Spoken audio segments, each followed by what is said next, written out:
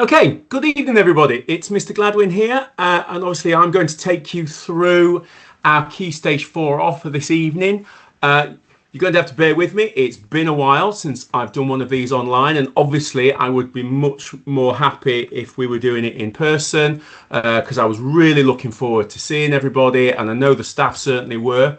However, want to let you know already to mitigate, the issues that have come up today. I've already done a PowerPoint presentation for the whole of Year 9 at lunchtime today. So I've moved that forward. I was going to do that next week, but I've moved it forward today. So all the students were fully aware of the process and I've taken them through it.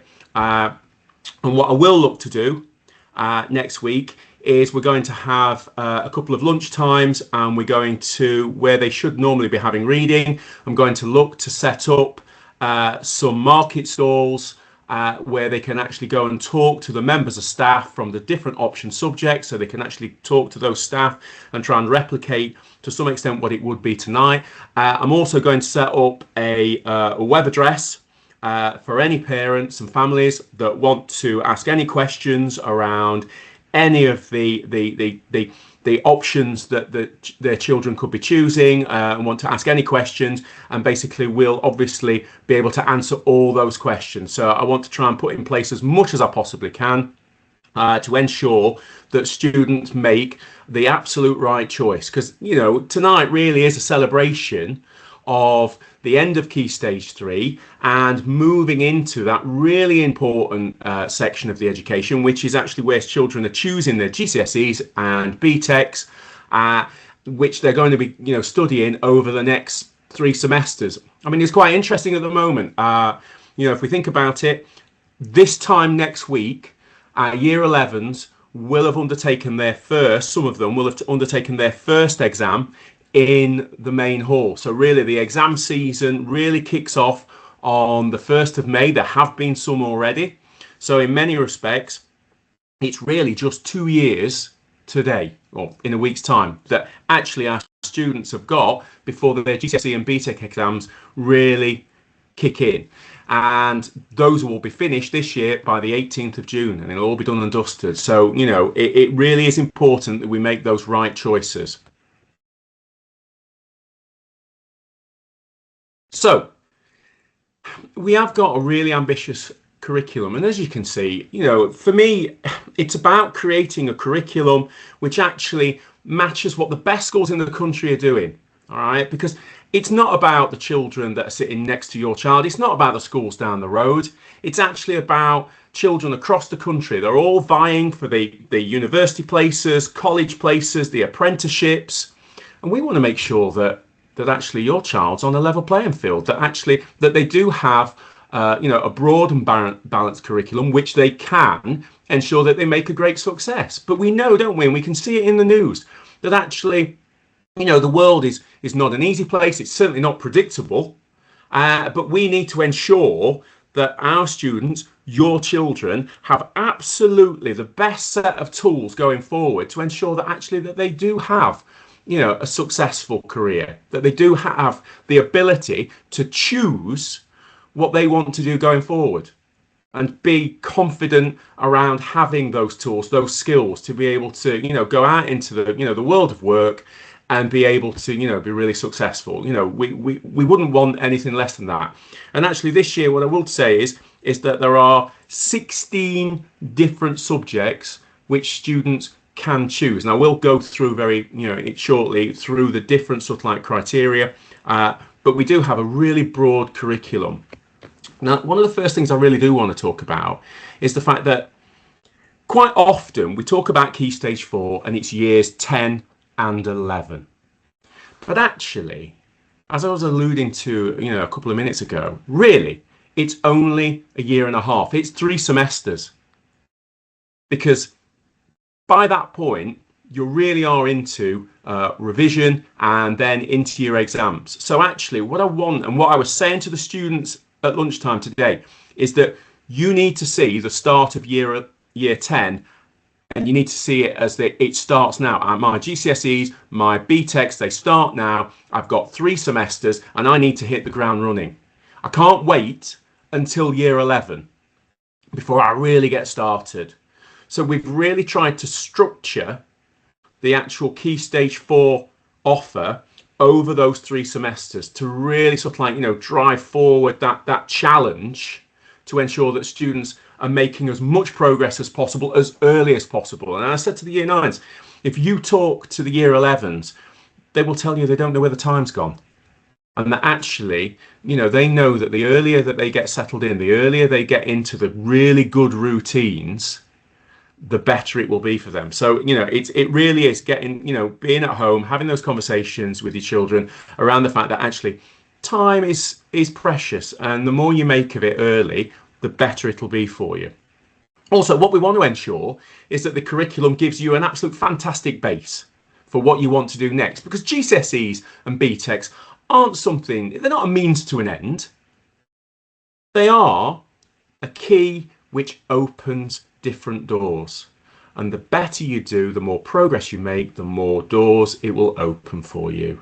And I think that's really important to get across, that actually, you really need to be thinking about, okay, well, look, these will make a difference. And what I said to parents last year, and I've not got the slide this year because I've got some new information for you, but last year there was some research by York and Leeds University, which looked at how did students do in their GCSEs and how did they go on in their early 20s, mid 20s, in terms of making good progress, ensuring that they, have a successful career. And actually they demonstrated that children who did better at their GCSEs at the age of 16 were more successful later on in life. So, if anyone sort of says to you, well, GCSE, they don't matter later on. They don't, they're not important. It's just not true.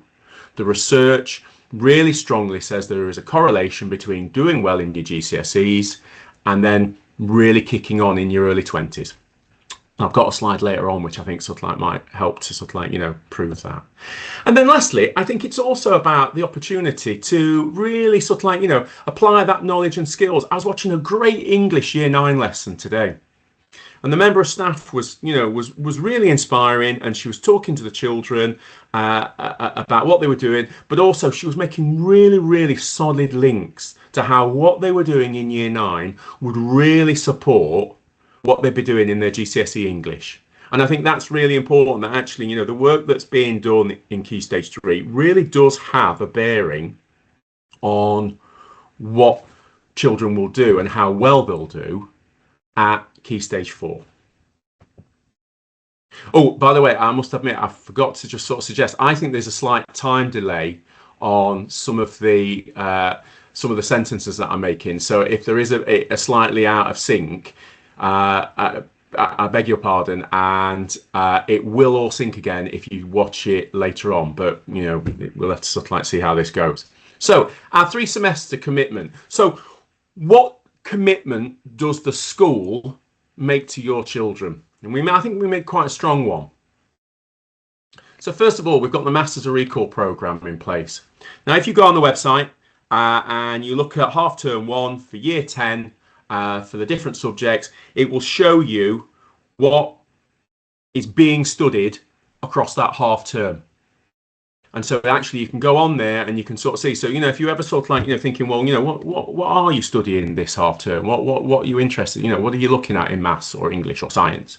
Well, actually, if you go on the website, it will show you, and it will tell you, and it will also support you through having links to extra work, more information around the information that the students and the learning that the students are undertaking in that half term, because we want to make it as transparent as possible about what's actually taking place in the classrooms and what the students are learning. So I think that's really strong, and we're going to develop that commitment as we move forward. There is a fully bookletized curriculum covering every lesson, and I think that, to be honest with you, I think in terms of having the booklets, it really does help to focus students to work on that real powerful knowledge which they need to be able to be really successful in the examinations to come. It means that everybody is covering the correct content at the correct speed, And I was looking at some of the, I was saying to the students, I was looking at some of the new history booklets that are coming through, and they are absolutely fabulous. They are really, really strong in terms of student activities, focusing on the learning, and this is something that, the trust as a whole has really taken hold of. And I think is something that, is something that the school can be really proud of, because it really does help that commitment with our students. Also, I think it's right and proper for me to talk about the Manor Way. This is a teacher delivery program for staff. We spend a lot of time training the staff, but what we want to do is we want to make sure that they are trained in a particular way to deliver lessons which enable your children to be as successful as possible. And so actually ensuring that staff are up to standard, exactly as I've watched 3 members of staff over the last 2 days, and you can really see that the Manor delivery program and how it supports students in their learning. And I think that it means that students get a consistent delivery of lessons, which helps them to focus on the content and less on trying to pick through how different teachers potentially deliver different lessons, which actually means that they have a greater cognitive load and can't focus on the real learning. Also, we've been trialing this year to real great success half-term big quizzes. And in year 10, at the end of every half-term, where we have the Masters of Recall, and at the end of the booklet, we have an assessment, big quiz, English, Maths, Science, Humanities. And what we've got there is a way of being able to see precisely what students do know and what they don't know. And that helps staff then for the next half term to adapt their teaching in terms of being able to potentially look at particular areas where, groups of students might be sort of like, less sure about. And so we actually put in remedy teaching to try and ensure that actually we don't leave knowledge gaps behind. This also means as well that you get an in-depth report every 6 weeks or every half term, and that shows you not just a score, but it also shows you precisely what questions were set, whether the student got that question right or wrong. It also then shows you links for those particular areas, so you can actually click on those links and actually have a little bit more information about those areas. And I think that the amount of positive information it gives you in terms of being able to sort of like have those conversations with your children at home, I think is really important. So it works for us because we can see what's working and potentially what's not working as well.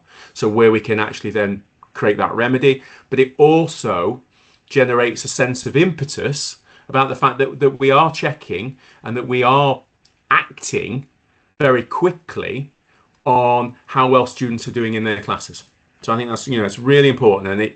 And one of our sister schools in Nottingham, I did a presentation quite recently, and they are literally just running with our system. So I think this is certainly something that the trust is looking at, and I think it's something that, again, I think the school can be very proud of. We're also going to be having end of semester 1, 2 and 3 mock exams, and you'll get a full report on that. So we did it with year 10 at the end of semester 1. They had mock exams, and again, it's not as much about just sort of like, a score or, a grade. There is that, but actually, again, it's about telling us what's working and what's not.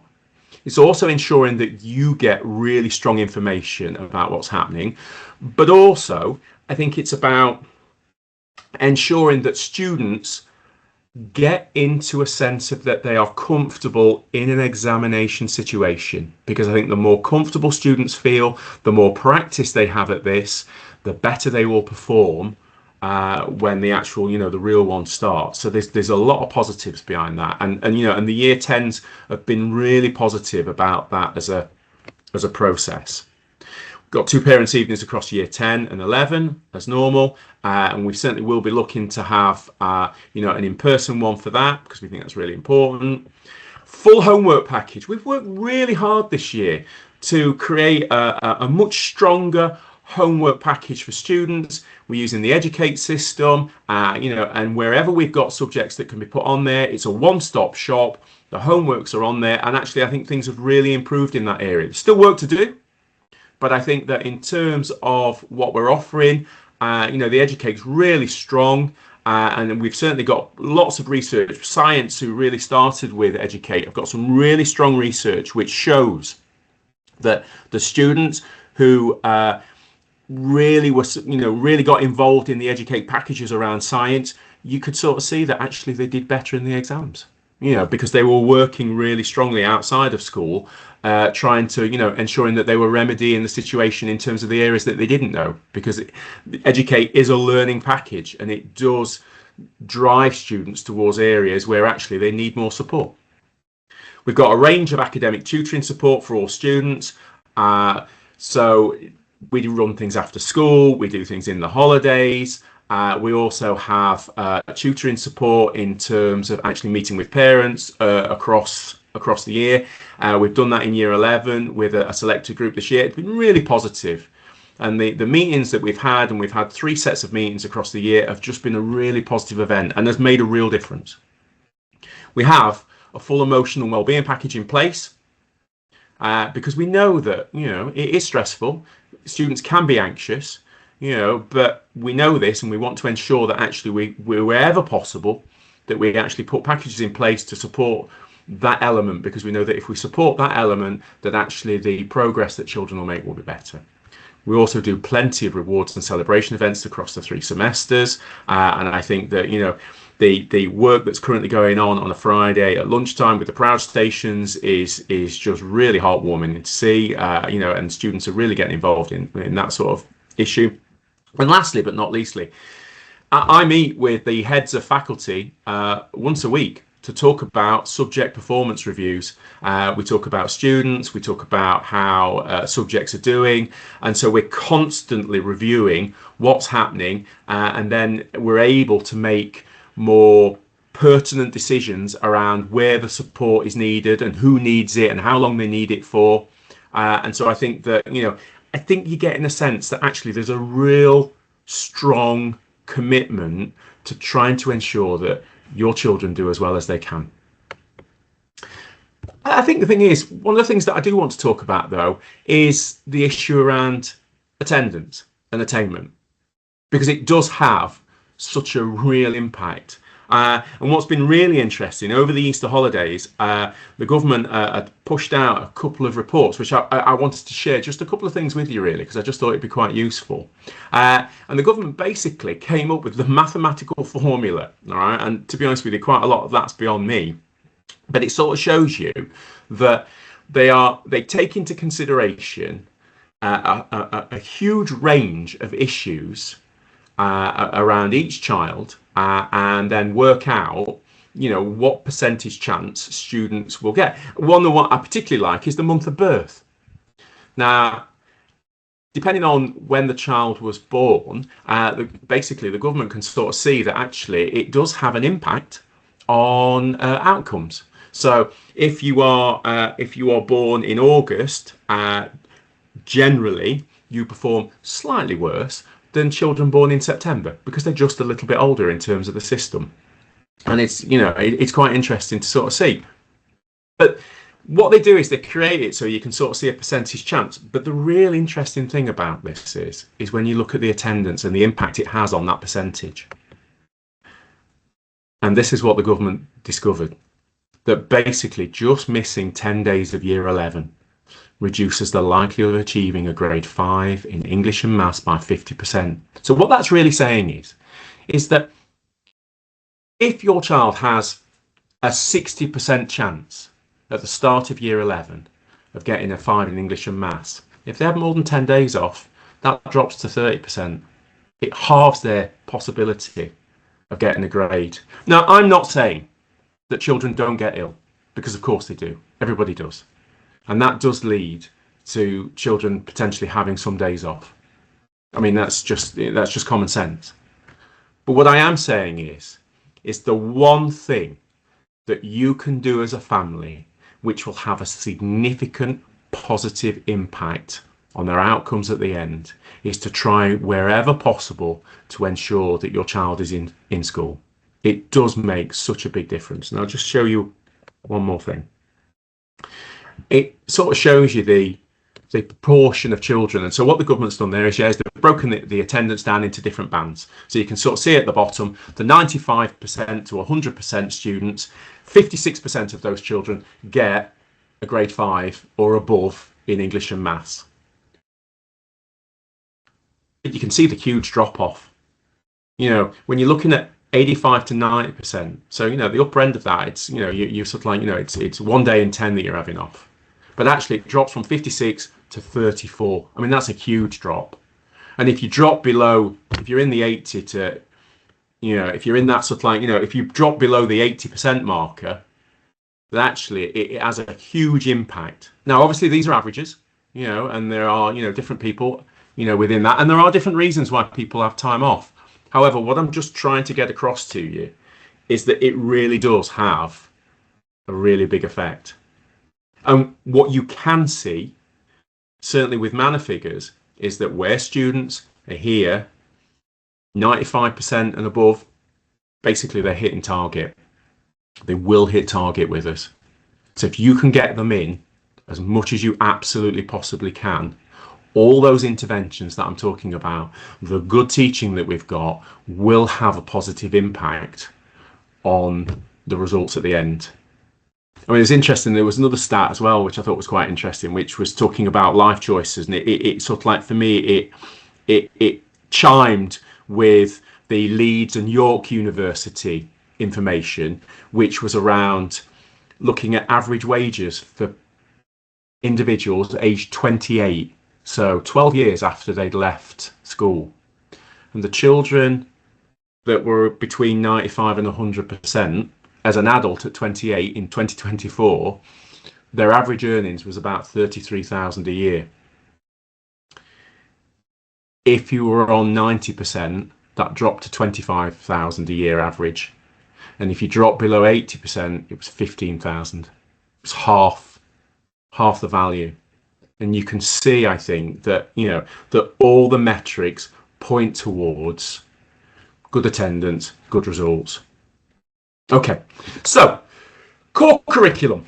What are we looking at? Right, all students are going to be studying English language and literature, mathematics, science GCSE, and they will have a choice of either history or geography GCSE.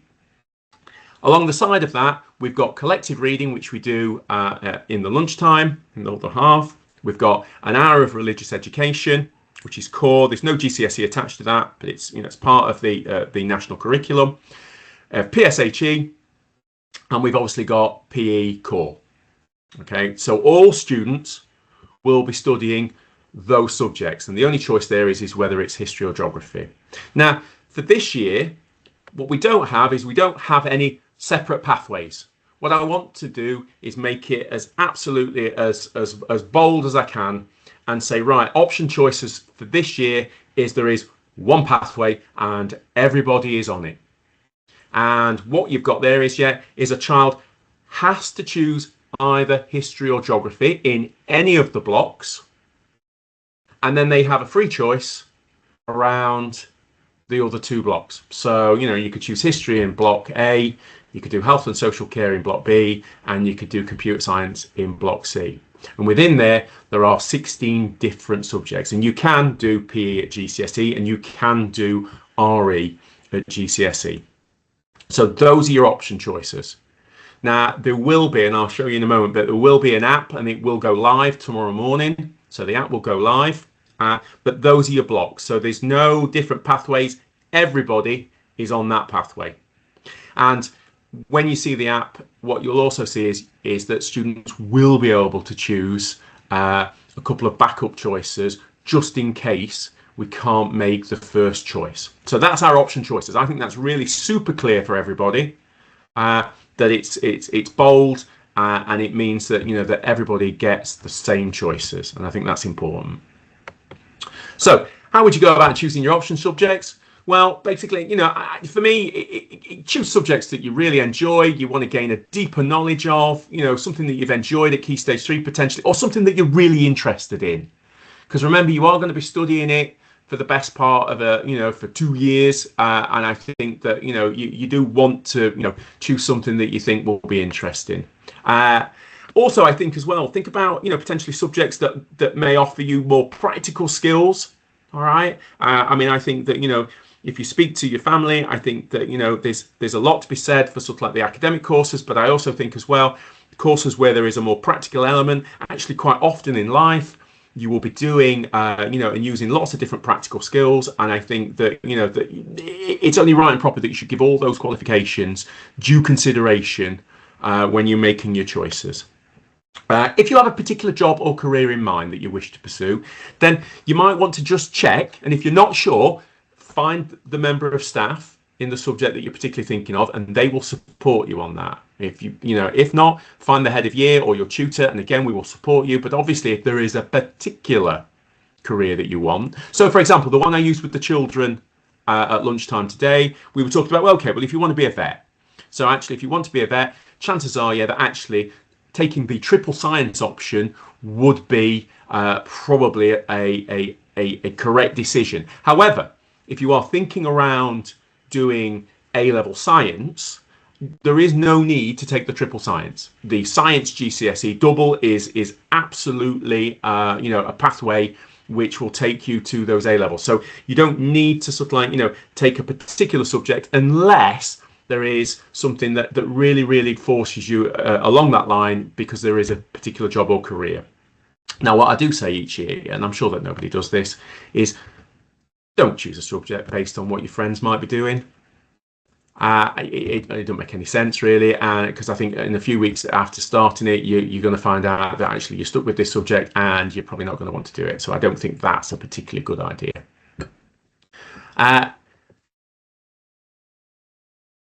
Supporting you to make the right choice. So what are we going to do? Well, obviously you've got the option booklet that's online. We're going to do some of the things that I've been talking about already. So, at lunchtimes, we're going to do walking talking with students in the lunches, but we're also going to do the carousels and the marketplaces next week. Obviously discuss, your ideas with your tutor, family members, previous students. So if you're looking for advice, and obviously, talk to some students that are currently doing the courses, because they will give you a real insight into, what it's like, especially if it's something that you've not done before. Now, the app's going to go live tomorrow, and final choices need to be made by May the 20th. Now, you've got plenty of time to consider your options. It's not a first come, first serve basis. There's none of that. Also, if you make choices tomorrow or next week, but then the week later you think, no, actually, I've thought about it a bit more. I've spoken to a few more people. I don't fancy it. You're absolutely able to go back into the app and make a change. The choices you are making won't get locked down until the 20th of May. So there is plenty of time. There is no rush. You don't need to stress about getting it done really quickly, because that's just not what we're looking at. All right. Now, how do you actually choose the subjects? It's exactly the same login which you would use if you were going into your Educate or any of the other elements that you use within the school, because it's your 365 login. So you'd log into that, and there are two ways in which you can choose your options. First one is actually doing it on a PC or a laptop.